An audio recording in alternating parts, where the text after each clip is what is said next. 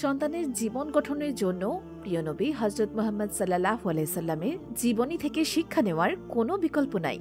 বাচ্চাকে তার জীবন সম্পর্কে এবং জীবনের উদ্দেশ্য সম্পর্কে শিক্ষা দিন ছোটবেলাতেই।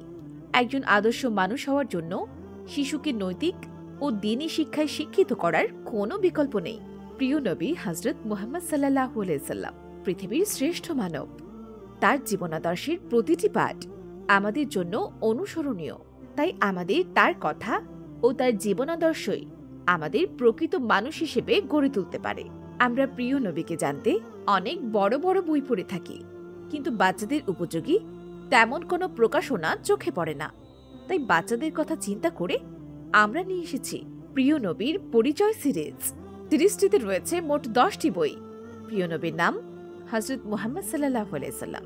প্রিয় নবীর পিতা আব্দুল্লাহ, প্রিয় নবীর মাতা আমিনা, প্রিয় নবীর বন্ধু আবু বকর, প্রিয় নবীকে কষ্ট দিত আবু জাহেল, প্রিয় নবীর জন্ম মক্কায়, প্রিয় নবীর রওজা মদিনায়, প্রিয় নবীর খলিফা 4 জন এবং এসো নবীর জন্য দুরূদ পড়ি।